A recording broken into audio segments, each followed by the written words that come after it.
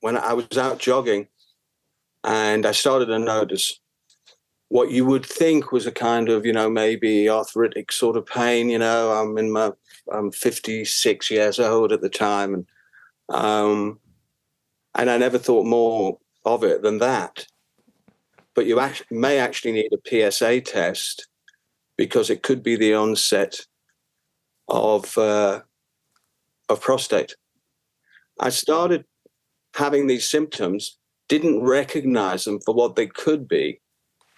And then I noticed on my neck, I had what felt like tumors. It was about 4.5 years ago. So I went and had biopsy done. And I came back for the results. And no one could be prepared for this day. And actually the consultant was a little late.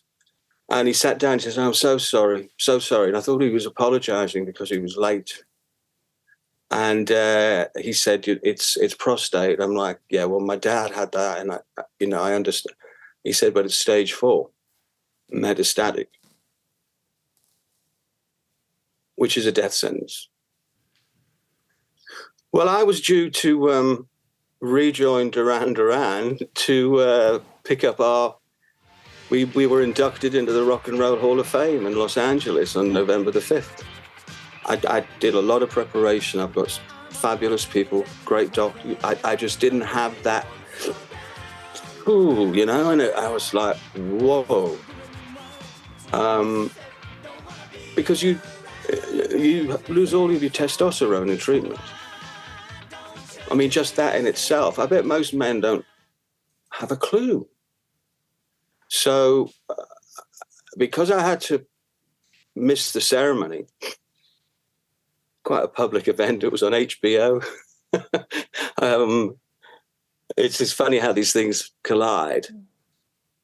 So I wrote a letter to the band just explaining the situation.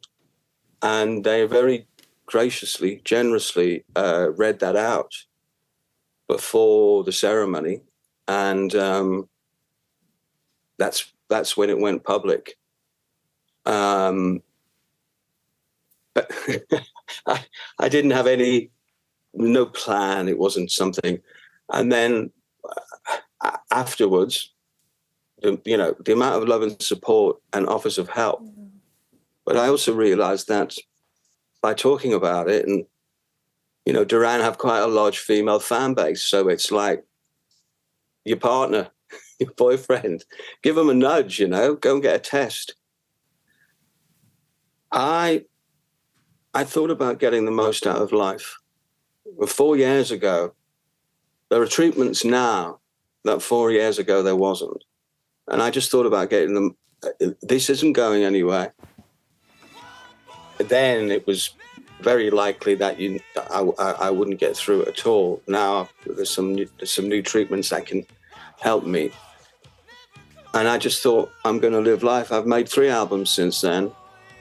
I went on the road with some friends of mine, the band Reef, and played some shows, which were fantastic. And when the pandemic was over, we had a huge 61st birthday party because I missed my 60th. And I mean, I often say to people, it's like, every minute's like an hour, every day's like a week. You really want to get the most out of life. And I've been very fortunate. I've had so much in terms of, living the dream. But because I do music, I think that's probably given me it's really helped me to live with the pessimism of an incurable disease, but the optimism of creating music. Andy Taylor, we really appreciate your openness and your honesty and taking the time to speak to 5 News. Hopefully everything that you've said will inspire and encourage people to just go and get that check, go and get checked. But thank you so much for your time today. Thanks, Andy. No problem. I hope people do.